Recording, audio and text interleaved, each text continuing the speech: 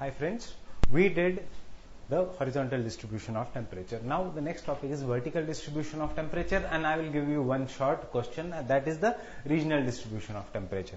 Now first starting with the vertical distribution of temperature, and through our previous lectures we have already done that the temperature decreases vertically upwards.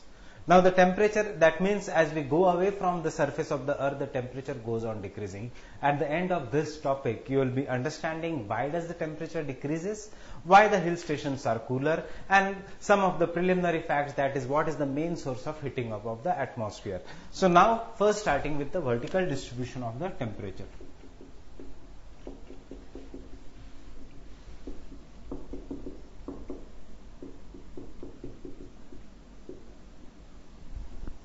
That means it says that as we go upwards from the equator, from the ground surface, as we are going upwards, and if this is the sea level, as we are going upwards from the ground surface, the temperature will go on decreasing. And if the height of a mountain is very high, if the peak of a mountain is at a great height, then there are chances that the mountain will have an ice cap also.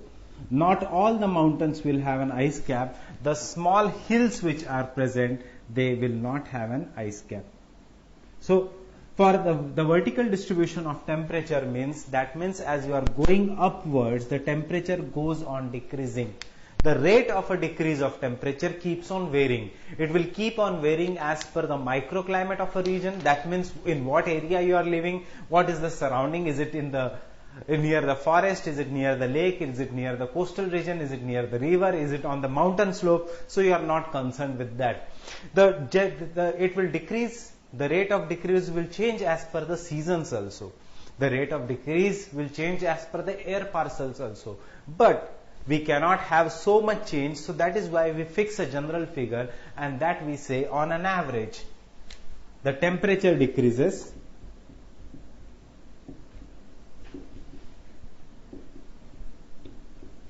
by increasing height.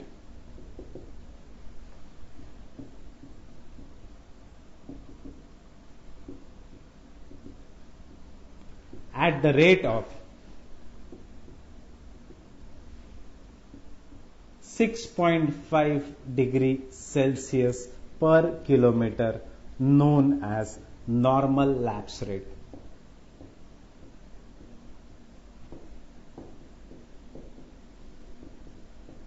Normal lapse rate. So what is this normal lapse rate? That means as you are going away from the surface of the earth, the temperature will go on decreasing. The rate of decrease of the temperature will be at the rate of 6.5 degrees Celsius per kilometer.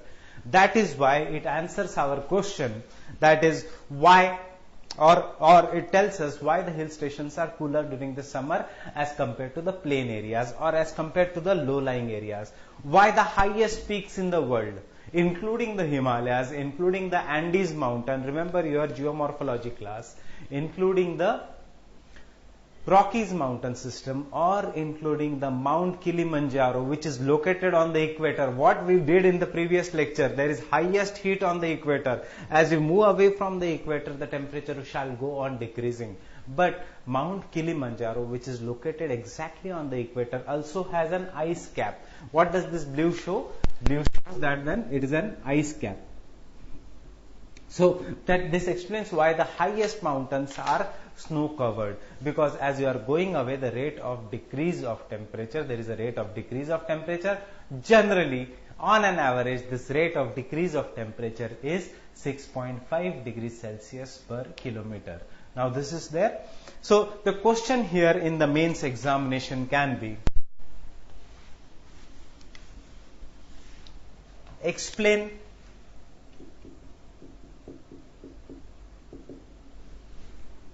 the vertical distribution of temperature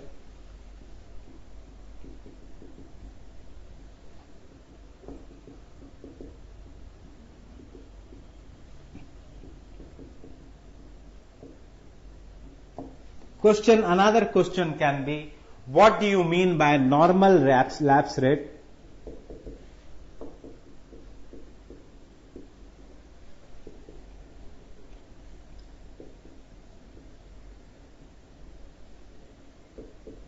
why does the temperature decreases?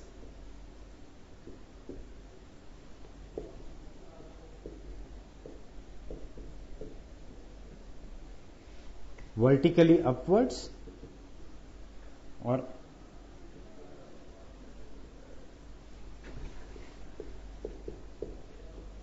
and the third question here can be why hill stations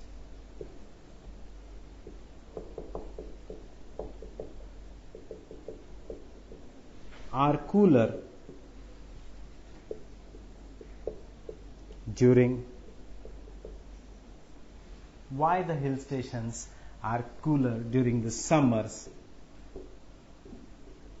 as compared to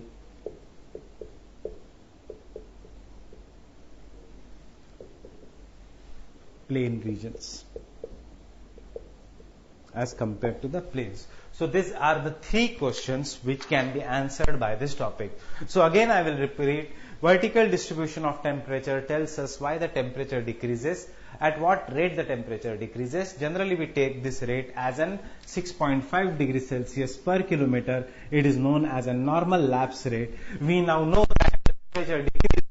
So what is the normal lapse rate? It is that is on an average the temperature goes on decreasing at the rate of 6.5 degrees Celsius per kilometer, and this rate is known as a normal lapse rate. Why does the temperature decreases? This is what we don't know, so we'll study why the normal lapse rate or why the temperature decreases as we go away. Now remember in your mind one more thing, as we are moving away from the surface of the earth, the temperature is decreasing at the rate of 6.5 degrees Celsius. मतलब आप जैसे अर्थ से ऊपर जाओगे, there will be more decrease of temperature. Inversely also it means that as you are coming near the surface of the earth, the temperature will increase at the rate of 6.5 degrees Celsius per kilometer. And remember, link this with your lecture of structure of the atmosphere. What have we studied? That is, the atmosphere is divided into troposphere, stratosphere, mesosphere and exosphere. In the troposphere itself, there is a decrease of temperature. Stratosphere में एक बार जाने के बाद the temperature again increases. That means this vertical distribution of temperature, what we are studying, we are concerned only, limited only to the troposphere. We are not talking about the stratosphere. So the concept of normal lapse rate, that is the decrease of temperature with increasing height, is limited only to which sphere? It is limited only to the troposphere, because again in the stratosphere the temperature will increase. So the next point is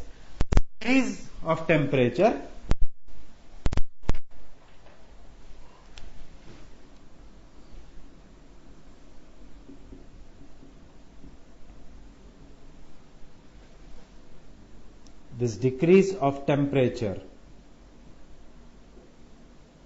with increasing height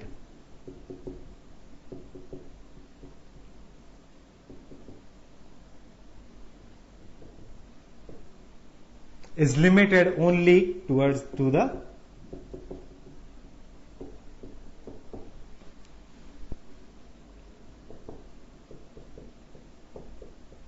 troposphere. Is limited only in the troposphere. Third is conversely, the temperature increases with the decreasing height. So you remember, conversely the temperature again increases with the decreasing height. So try to write down each and every statement what we do in the class, because that is how you will be able to compete with the students who are taking the physical classroom. So take this. That is why I take so much time writing on the whiteboard, because I hope that you take down the main points. After taking down the main points, you go to the previous year's questions and try to answer them. If you don't get the answer, you always have the feedback mechanism of SuperProfs to provide you the answers. So now we have did this. Now coming to why does the temperature decreases? Okay, temperature is decreasing with the increasing height. Why does the temperature decreases?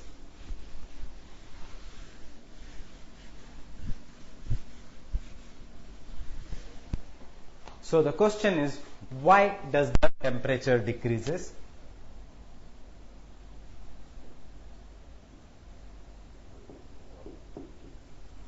The first is What is the source of heating up of the atmosphere? Again, tell me, why does the atmosphere gets heated up?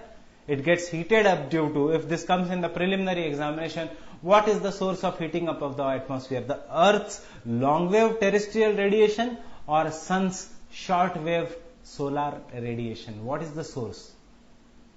The Earth gets heated up from the source of heating up of the Earth. I have repeated this many times. I am again repeating it because this is the commonly made mistake in the examination and confusing one. Because the source of heating up of the Earth is the short wave solar radiation. Why does the sun emit short waves? As I have told you, it is a general law of physics. Hotter the body, less will be the wavelength. Sun is the hottest body, so shortest wave. The secondary body which gets heated up because of, or if the temperature of a body is less, it will emit radiations of a longer wavelength.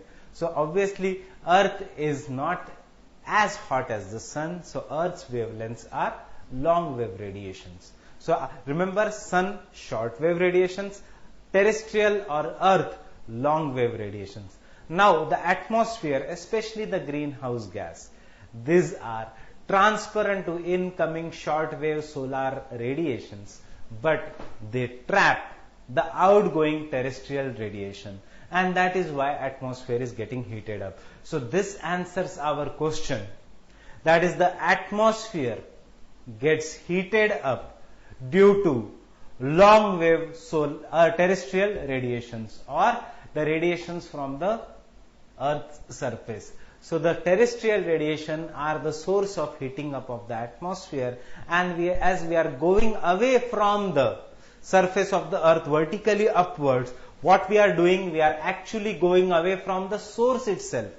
Suppose if you keep a big vessel on the gas or on the stove, if you go near the vessel or if you go near the fire or any kind of an hot body, you will feel more hot.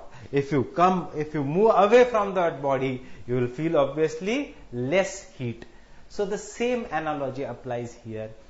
The major source of the atmospheric heat is the terrestrial radiation. As we are going away from the Earth's surface, we are going away from the major source of heat, and therefore the temperature decreases with the increasing height. Remember, this is just first point. So what is the first point? The atmosphere gets heated up from the Earth's surface.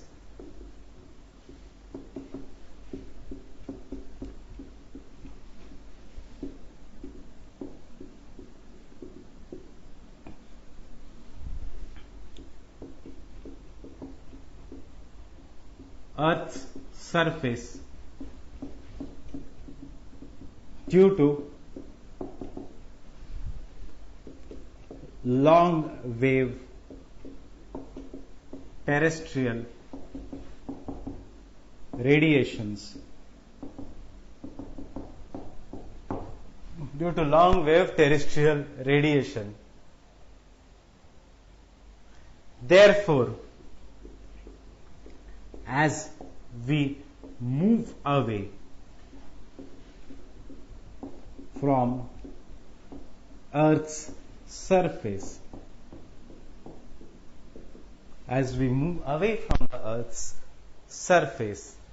temperature decreases.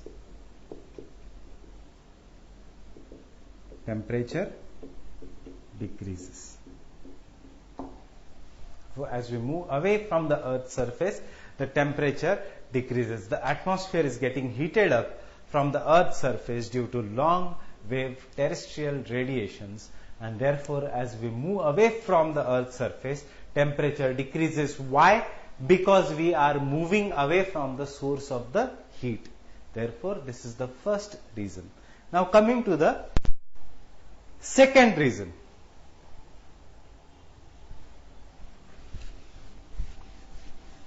It is again a continuation of the first point. Now, in the lower atmosphere, what we did, 90% of atmosphere water vapor is present below 5 kilometers.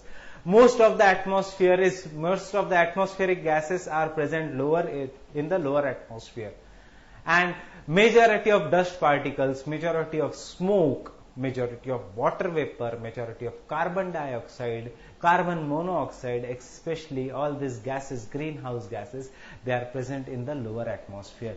Therefore, as we are going away from the surface of the earth, we are going into we are going into air which is of less density, that is, which is having less of these gases, less of these particles, maybe no water vapor or very less water vapor. Now, what does the water vapor do? Water vapor acts like a greenhouse gas. Are you getting? I am saying here, water vapor acts like a greenhouse gas, not a greenhouse gas. It acts like a greenhouse gas. What are carbon dioxide? What are carbon monoxide? What are nitrous oxides? They are greenhouse gases. Now, what are these greenhouse gases doing? They are trapping the incoming, they are transparent, or they allow the incoming solar radiation to heat up the earth's surface. After heating up of the earth's surface is emitting long wave terrestrial radiation. Now, unlike the short wave radiation, this greenhouse gas, they trap the long wave terrestrial radiation, and because of trap, they are trapped in the atmosphere. More the gases, more trapping of long wave radiations. More trapping of long wave radiations, more heat. And therefore, as we go away from the surface of the earth, the heat decreases because the density of the air decreases, the constituent or the percentage of the gases, the air parcel will be having same percentage of gases what we studied here. I am talking only of troposphere here, that is of homosphere here, but the concentration of gases decreases. What is the practical utility? Mountaineers, when they climb high mountain, why do they carry oxygen mask? Because the density of the air is so less. That is, the density of air is so less that it becomes difficult to breathe, and therefore we have to use oxygen cylinders. If you go on the tallest building, not 4 floors or 5 floors, but if you go to a very tall tower by lift and suddenly go on the floor, on the terrace, you may feel little dizzy. Why? Because the density of the air is less and the body takes some time to get acclimatized to the less air. If you go to Leh Ladakh or any region which is at such a height, I am not saying of Coorg, not of Kodaikanal, not of hill stations in the peninsular India, but of the Himalayas of a great height, Leh Ladakh, 5,000 meters above the sea level. If you go at such a great height, the tourists generally don't start exploring the place from the day one itself. They are first given a rest and made sure that they get acclimatized.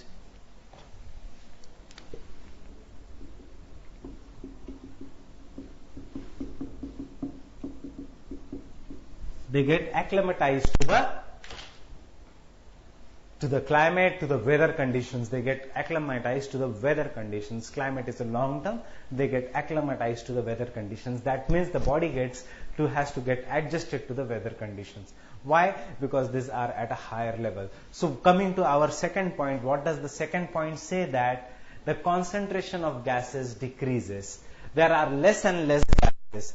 There is as we go away from the atmosphere or from the earth's surface, or we can say there is more amount of water vapor, there is more amount of gases, dust particles, carbon monoxides, carbon dioxide in the lower atmosphere, and therefore as we go away this amount of gases decreases, and therefore because these gases act as a greenhouse gas, they may absorb, they may reflect the terrestrial, they may reflect the radiation, the amount of heat decreases. So what is the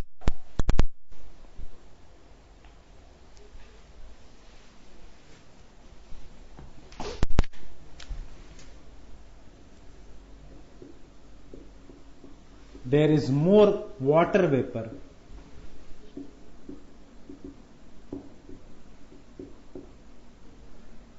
dust particles,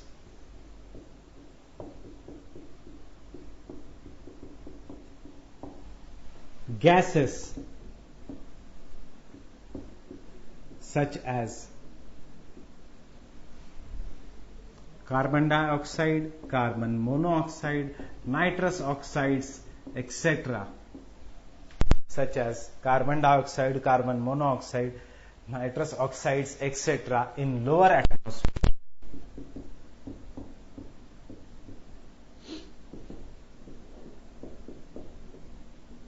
What does these gases do? They absorb long wave terrestrial radiation. They absorb the long wave terrestrial radiation. Therefore, there is high heat in lower atmosphere.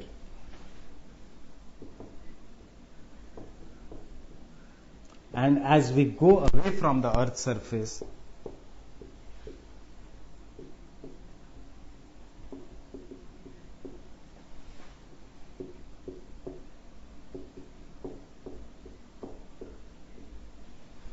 temperature decreases.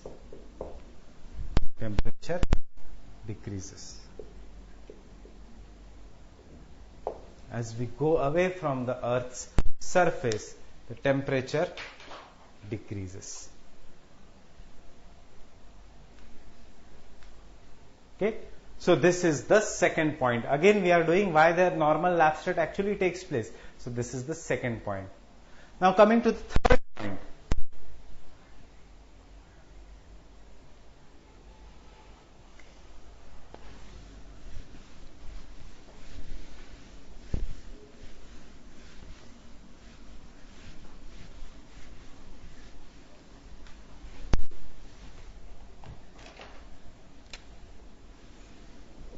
If this is the Earth's surface and if we are the people here, if these are the buildings, etc., if this is the mountain system, etc., these are the trees, etc.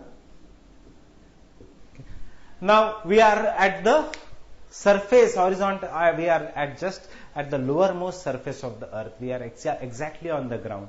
But and above us there is an atmosphere. There are different layers of the atmosphere. So there is one layer of the atmosphere. And as we are, there are different layers of the atmosphere. Now, when there is a different layer of the atmosphere here, obviously, near the ground surface, this is the lowermost layer of the atmosphere. Then above there is different layer. Then there is a stratosphere. Then there is a mesosphere. Then there is an exosphere. So all these are attached to the Earth's surface by gravity, and therefore this lowermost layer is highly dense.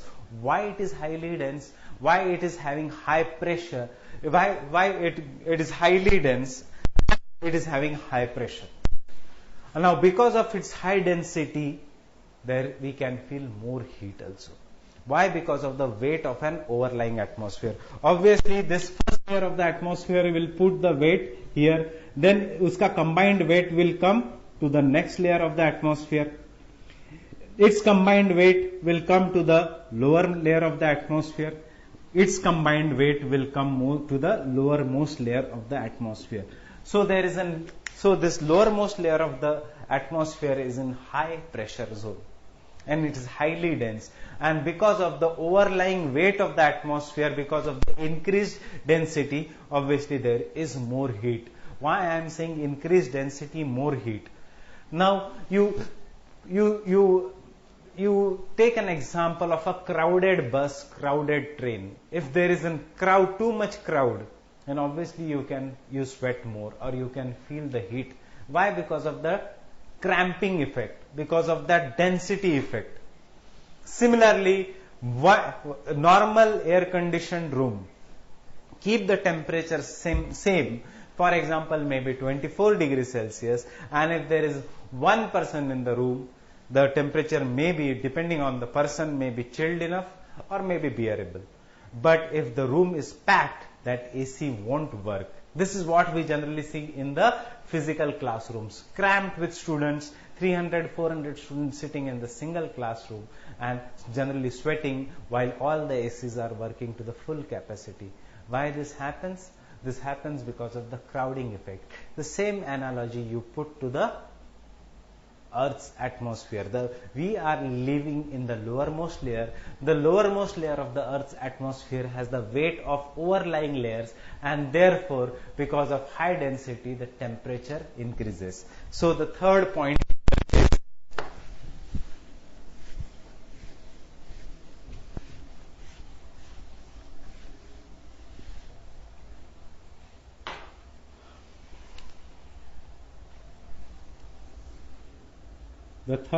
is because of weight of overlying layers in lower atmosphere. Because of the weight of overlying layer in the lower atmosphere, there is high density and therefore temperature increases. On the other hand, as we move away from the surface of the Earth,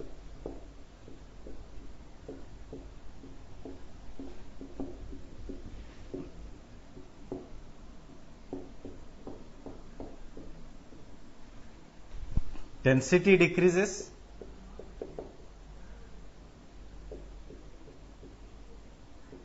and temperature also decreases.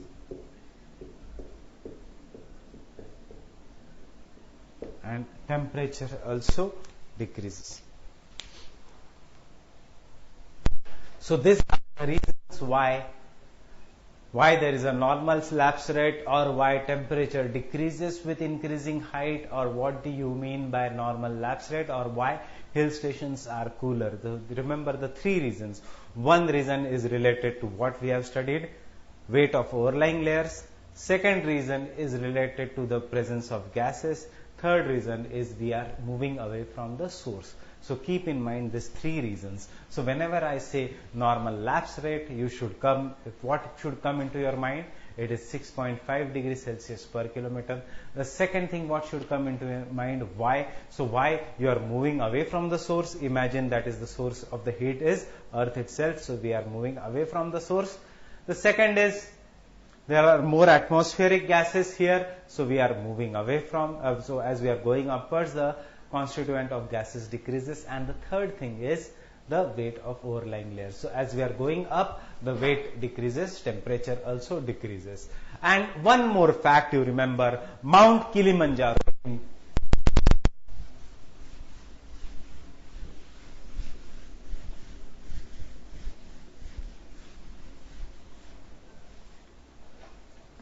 Mount Kilimanjaro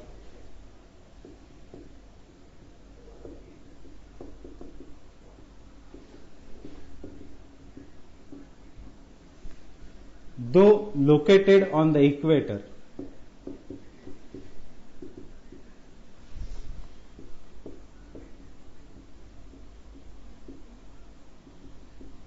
has ice cap or ice covered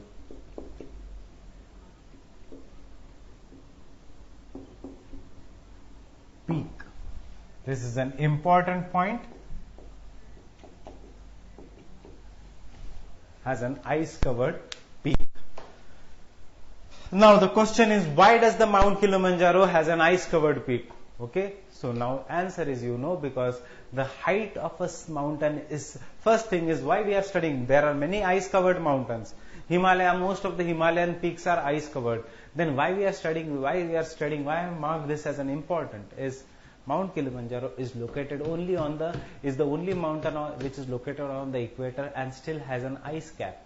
Now what is so special about it? Because the equatorial regions have hot and humid climate throughout the year, and ice cap does not mean heat and humidity.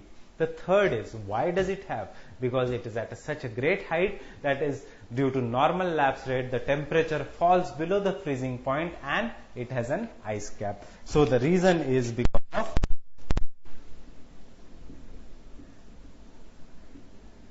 of its height. And we know the reason through studying this topic, that is the vertical distribution of a temperature. So this, because now you have one homework, that is you find out the country in which Mount Kilimanjaro is located and see what or is it on the border of that country. So what to open your atlas, open the Africa continent, open the in the central part of Africa or in the equatorial regions of Africa, see Mount Kilimanjaro and see in which country it is located, or does it found the boundary between the two countries. With this, we'll go to the next topic, that is the regional distribution of temperature or the world distribution of temperature.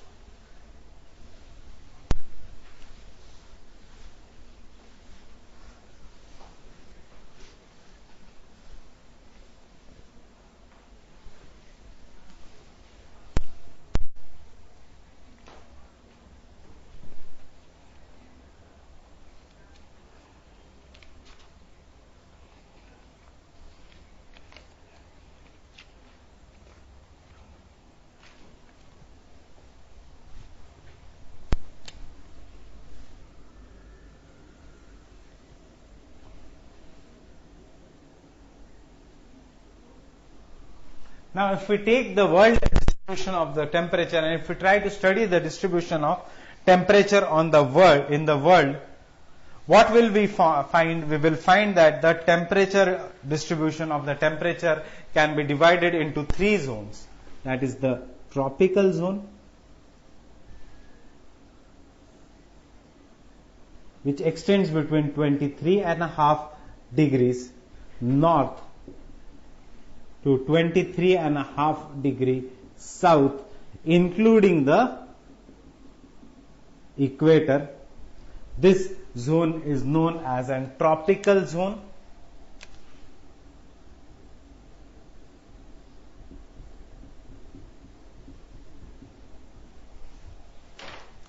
Then we have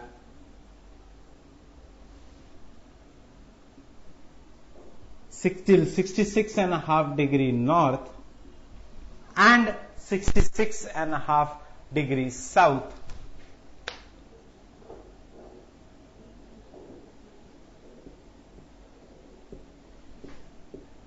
We have temperate zone,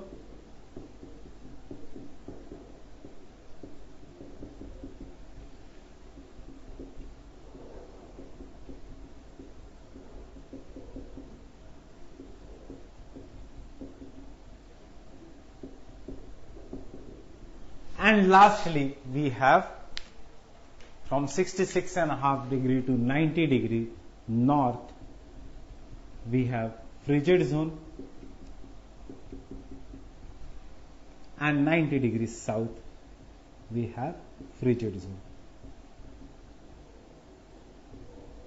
So this topic is the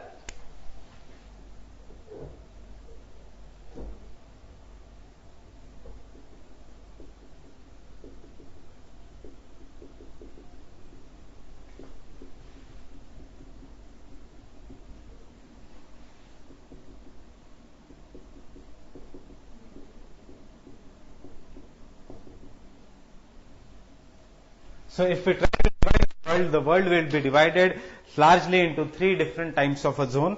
That is the tropical zone, temperate zone, frigid zone. That is, what is the tropical zone? The zone between Tropic of Cancer and the Tropic of Capricorn is a tropical zone, including the equator.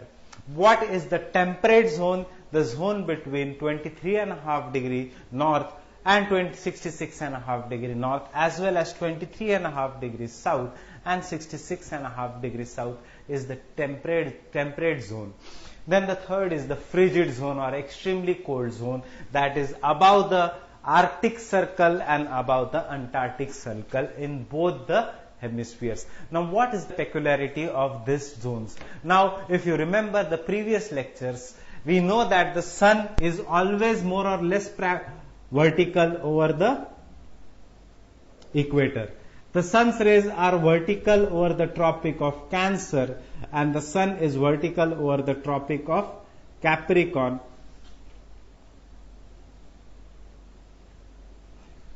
In the month of June, that is the summer solstice,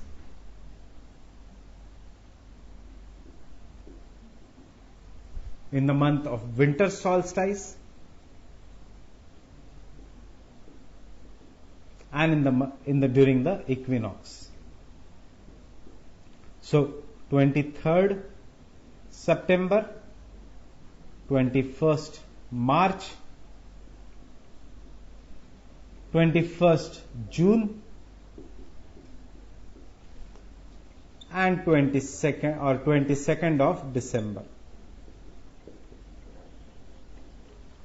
So now we are in which region? Where is the sun? If I ask you, that is the sun is overhead on the Tropic of Cancer on 21st of June, though it is we who are moving, that is the earth revolves around the sun, but we will take the apparent movement of the sun. We say that sun rises in the east and sets in the west. We do not say otherwise, that is we rise in the west and set in the east. Do we say this way? No, but it is not the sun. Sun is stationary. It is we who are moving from west towards the east. So, summer solstice is a period when the sun is vertically overhead on the Tropic of Cancer. That is the summer season in the entire northern hemisphere. During this day, there is the highest, that is, there is the longest day in the northern hemisphere. After that, the sun starts going towards the equator. On 23rd of September, it is exactly on the equator. So each and every part on the world will have equal day and equal nights. That is why they are known as equinox. We have already done this topic, so I am just jumping here so that you will revise. Now, on the 23rd of September, after that, the sun starts going in the southern hemisphere. So in the southern hemisphere is under the sun's rays. That means the northern hemisphere does not come under the direct vertical rays of the sun. Vertical sun rays, more heat. Oblique sun rays, less heat. Vertical sun rays are there in the southern hemisphere. Oblique sun rays are there, come in the northern hemisphere. That is why there is onset of winters in the northern hemisphere. The temperature we are experiencing today in Delhi, here we are experiencing is the winter season, or most part of India is experiencing winter season. Why? Because we are in the northern hemisphere.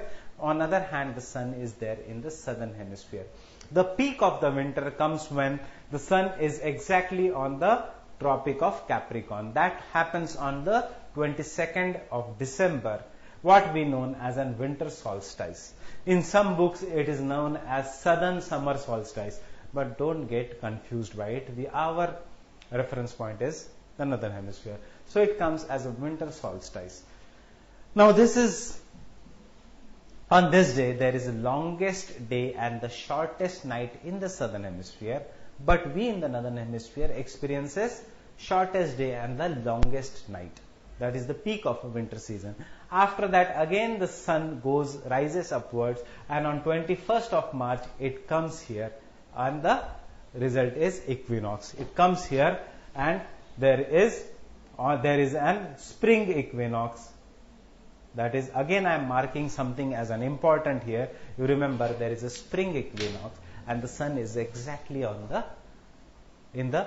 equator. Again an equinox, and again this cycle goes on repeating. So the changes in the seasons occur due to slanting of the earth. The seasons are there. Revolution of the earth is also. Revise your latitude, longitude. That is the prelim special lecture. Okay. So these are the three zones. Now what you can study from this diagram, that is the sun rays are vertical on the equator throughout the year. The sun rays are at least vertical at least once in the year in the tropical region. They are never vertical in the temperate region. They are never vertical in the frigid zone. They are again the same in the southern hemisphere also. The sun rays are vertical at least once in a year, though they are twice while going and coming, so they are vertical at least once in a year in the tropics, never vertical in the temperate zone, and never vertical in the frigid zone. Therefore, we have three broad climatic patterns of the world, that is the tropical region, temperate region, and the frigid region. Now, in the tropical region, there is an equatorial region. So, what we can write, draw this diagram, don't draw this diagram here, but draw a diagram here. Draw this diagram, don't draw the other diagrams, take some time to draw the diagram. That is, we are dividing the earth into tropical zone, temperate zone, and frigid zone. You can draw this diagram, and then after that we will write what are these zones. Okay. So what is the tropical zone?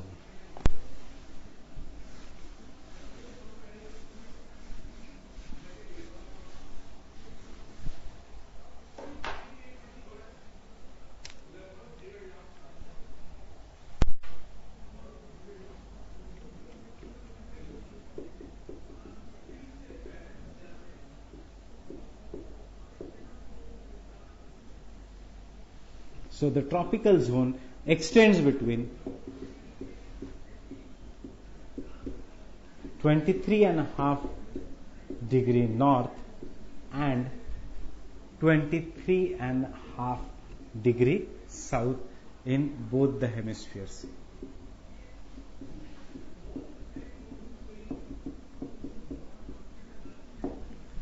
Both the hemispheres. It including the equatorial regions.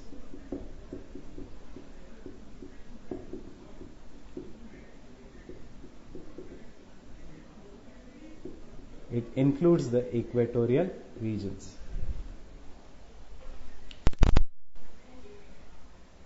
Now we'll write the equatorial regions.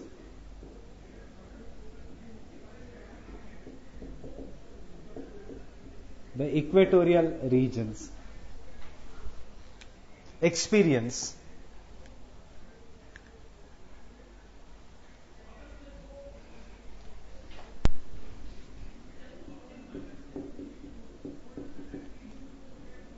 vertical sun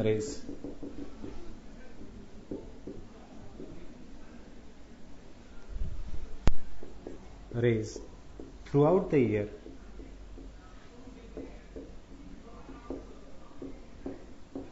vertical sun rays throughout the year.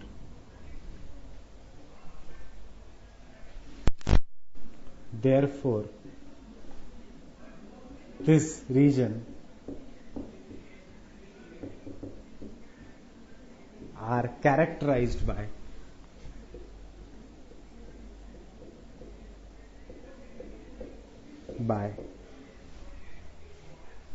therefore these regions are characterized by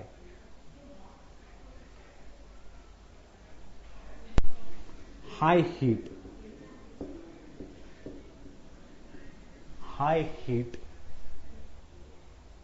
or we can say high temperature, because see, the sun's rays are vertical throughout the year, so they will have high temperature.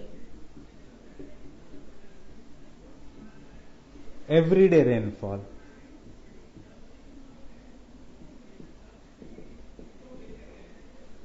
and absence of winters,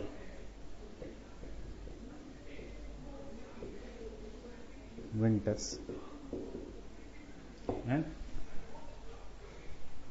or we can better write it in, don't write in this way, high temperature throughout the year,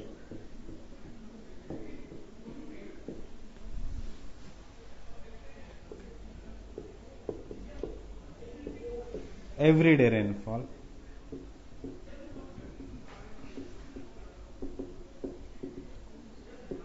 and absence of winter.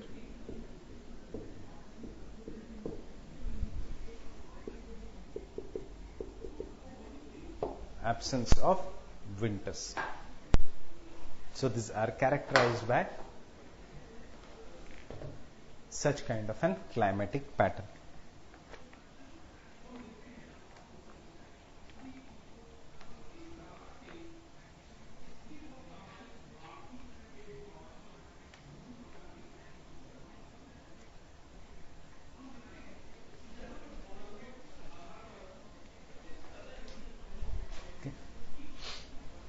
Now here, mark this again as an very, very important.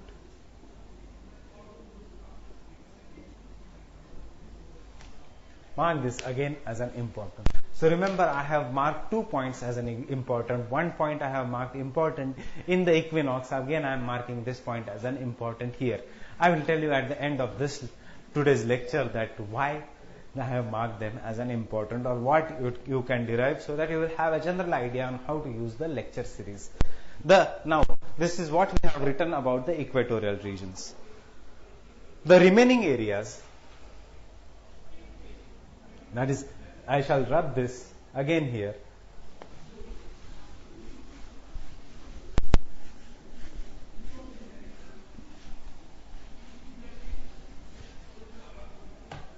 The remaining areas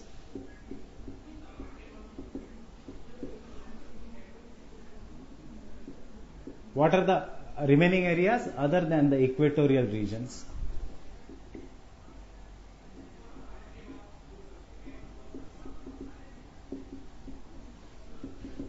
Other than the equatorial regions, the remaining areas other than the equatorial regions, that is between the tropics and the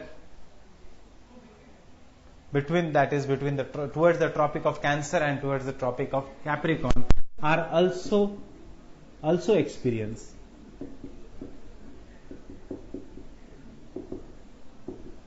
vertical sun's rays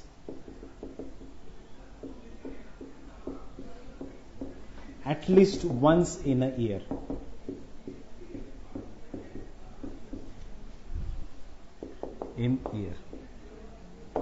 So, see, the sun's rays are not vertical throughout the year. In the equatorial region, the sun rays are vertical throughout the year.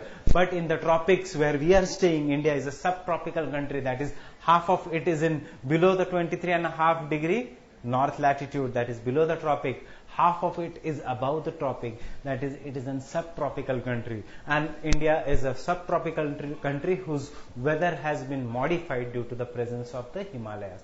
That is a different story itself. We'll come to that in Indian geography. But in the other areas, that is not in the tropical regions, we have vertical sun rays at least once in a year. That means at least at other times there will not be vertical sun rays. So when the sun rays are vertical, summers. When the sun rays are not vertical, there will be winters. That means the tropics, therefore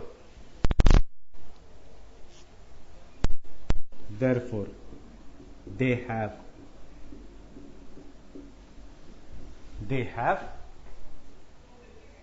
different seasons.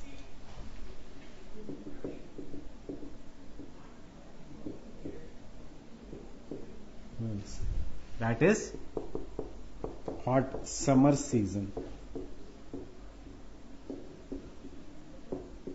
and cool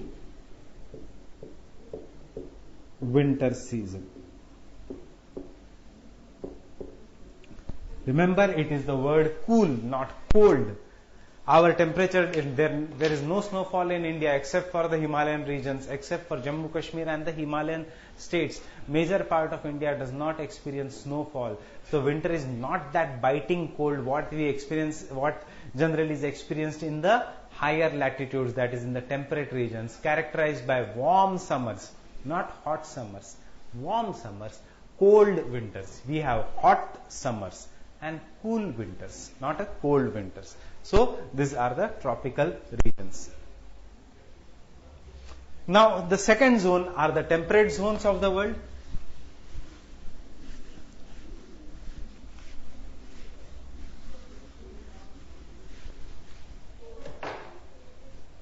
Second are the temperate zones of the world.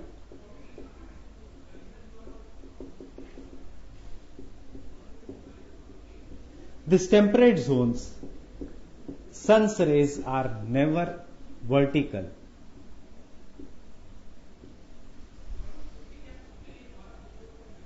Never vertical. The sun's rays are never ever vertical.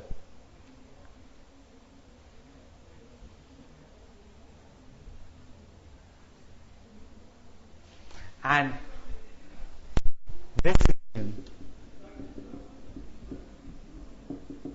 has greater seasonal contrast.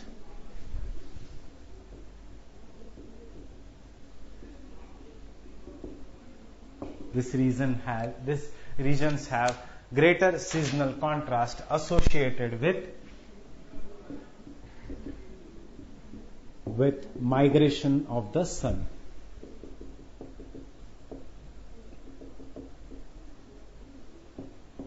With the migration of the sun, these regions have a greater seasonal contrast associated with the migration of the sun. What do you mean by migration of the sun?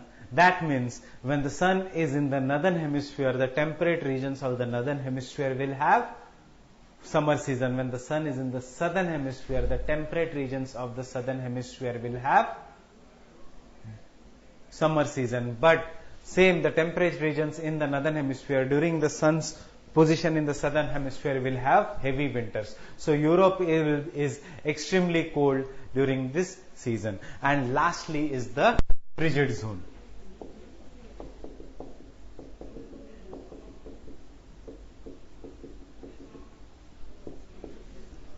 This is the coldest region of the coldest zone.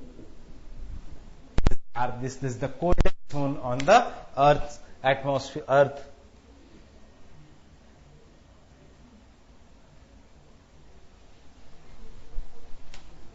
The duration of day and night.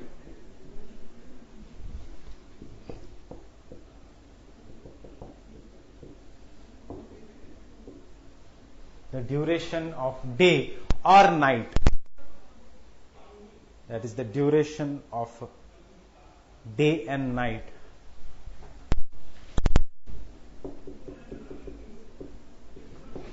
Is more than 24 hours.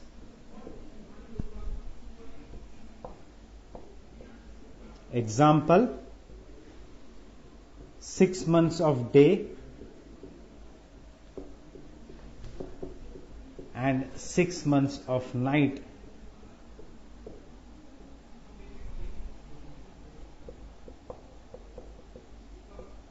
At poles, the ground is covered by snow. Covered by snow. So the frigid zone is the coldest, what we say, Arctic Circle to poles, Antarctic Circle to poles. Because the sun's rays are never vertical, that is, they are always oblique, they do not carry energy because they are at the polar. Again, do your day and night lecture, rotation revolution lectures, you will see that the polar regions are sometimes having, when the sun is in the southern hemisphere, the North Pole is having 6 months of night. When the sun is in the northern hemisphere, the North Pole is having 6 months of day. That means the duration of day and night crosses 24 hours. Does it happen to us? That is, the duration of day and night exceeds 24 hours? No. There is variation in the length of day and night. During winters, the days are short, nights are long, but the day and night combined length is always 24 hours. Same thing, in temperate zone, the combined length of day and night is always 24 hours. But in the frigid zone, the combined length of day and night exceeds or is more than 24 hours. It is more than 24 hours. Here the ground surface is generally covered by the snow. Now, this is how is the world's distribution of temperature. Now, what I meant by marking this or coming to our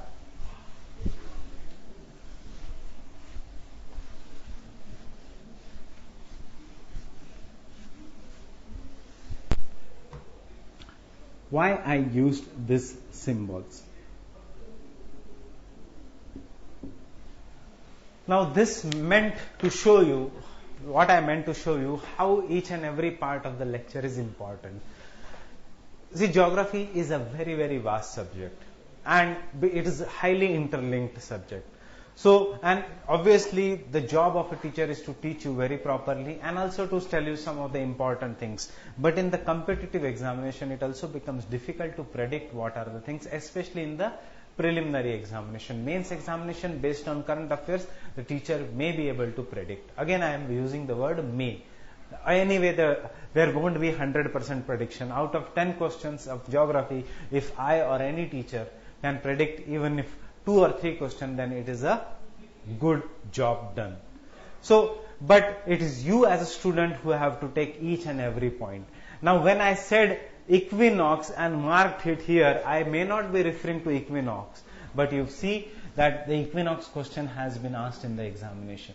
So that what I meant to say, though the part looks uninteresting to you, especially when you are using this online platform, you may not be that much concentrated with the surrounding distractions, but in that case, you may miss an important point.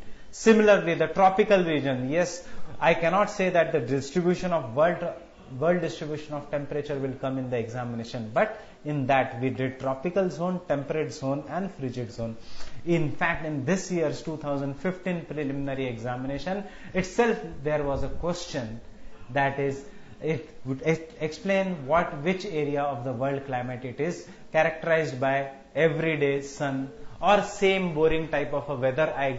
You see, the question is that every day the sun rises, it goes high in the afternoon. After that, there is a cloudy sky. After that, there is a rainfall. So, with heavy rainfall. So, what we have done, in a vertical equatorial region, throughout the year there are vertical sun rays. Vertical sun rays means sun is directly overhead. After vertical sun rays, our next line was everyday rainfall and absence of winters. That means there is a similar boring same type of a season. There is no excitement, that is the January will be same as May. May will be same as December. At least we have an excitement that where can I wear the woolens? When can I wear the cotton?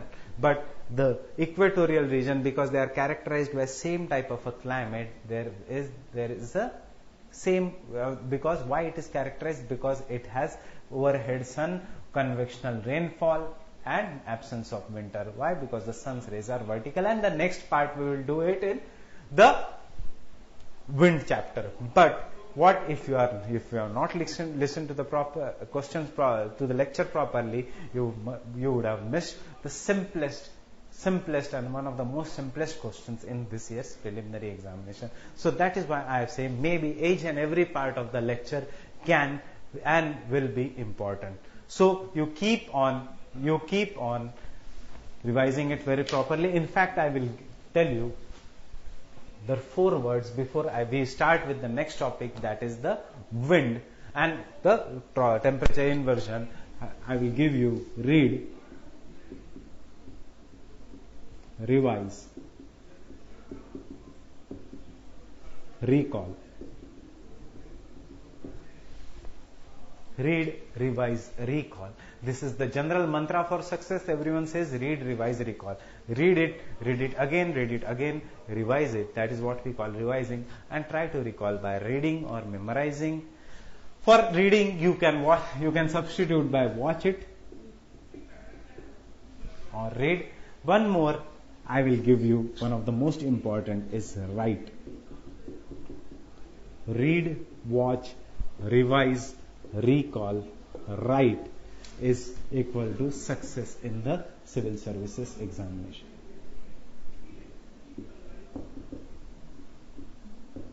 In civil service examination. So this is what you will have to follow. Read, revise, recall and write, because in the examination you are going to write in the mains examination. The preliminary examination just being you can say a ticket to watch a movie. The real movie starts in the mains examination, and writing will guarantee you success in the mains examination. So wish you all the best. Concentrate, and we will meet for the next topic. Thank you very much.